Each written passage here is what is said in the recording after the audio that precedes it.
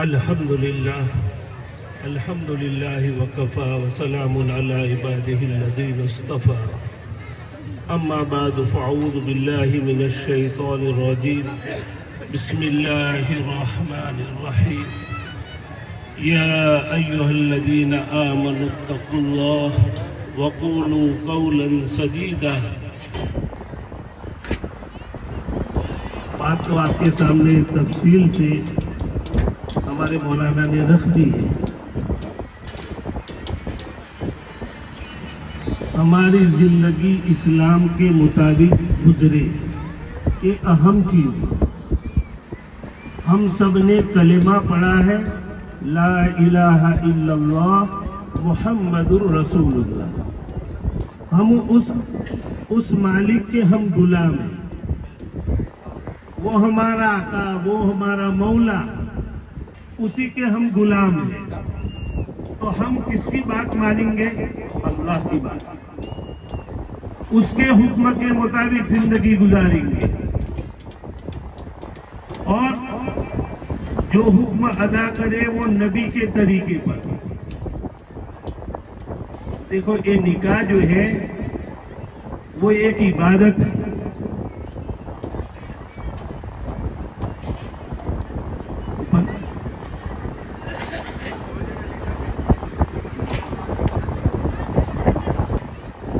اپنی بیٹیوں کا نکاح کیا اور صحابہ نے نکاح کیے ہمارے سامنے ہے.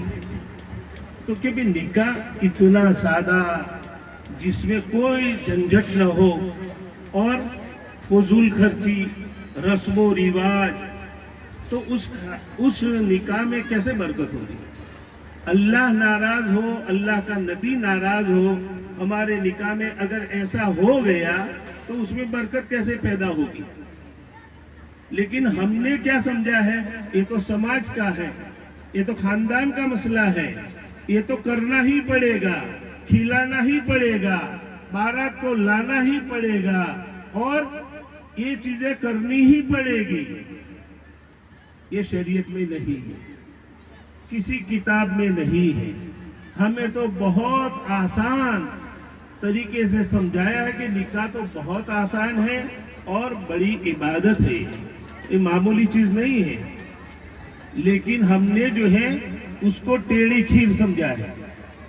یہ تو مشکل ہے.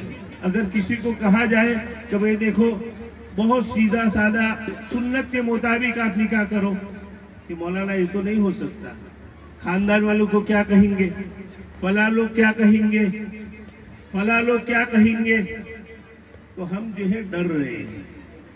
لیکن جو آدمی سنت کے مطابق اللہ کا حکم، نبی کا طریقہ سامنے رکھ کر کے شادی کرتا ہے، اللہ تعالیٰ اس میں برکت ڈال دیتے ہیں. اللہ تعالیٰ اس میں برکت ڈال دیتے ہیں. لیکن آج ہم نے اس کو کیا سمجھا ہے؟ ٹیڑھی کھیر سمجھا ہے کہ مولانا یہ تو بہت مشکل ہے، بہت مشکل ہے.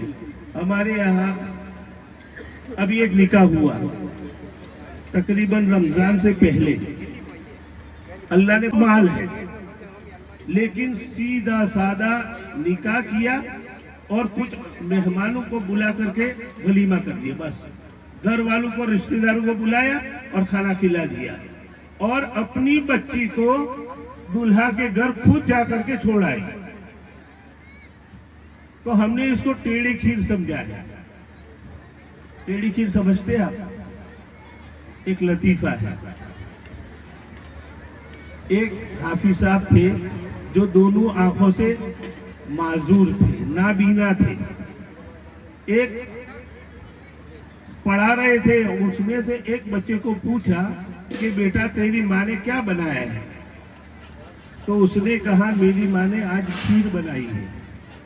کہ بیٹا کھیر کیسی ہوتی ہے؟ میرا ضرور مشکل ہو رہا ہے. حافظ صاحب نے پوچھا کہ بیٹا کھیر کیسی ہوتی ہے؟ تو اس نے کہا سفید ہوتی ہے. کہ سفید کیسا ہوتا ہے؟ تو اس نے کہا بگلے جیسا. تو پوچھا کہ بیٹا بگلا کیسا ہوتا ہے؟ تو اس نے جو ہے اپنا ہاتھ یوں کیا اور حافظ صاحب کا ہاتھ اوپر پھیرا. تو حافظ صاحب نے کہا یہ تو بہت ٹیڑھی کھیر ہے, اگر اس کو کھاؤں گا تو میرا گلا پھٹ جائے گا. تو آج ہم نے اس کو ٹیڑھی کھیر سمجھا ہے کہ یار یہ تو کرنا ہی پڑے گا, یہ چلے گا نہیں.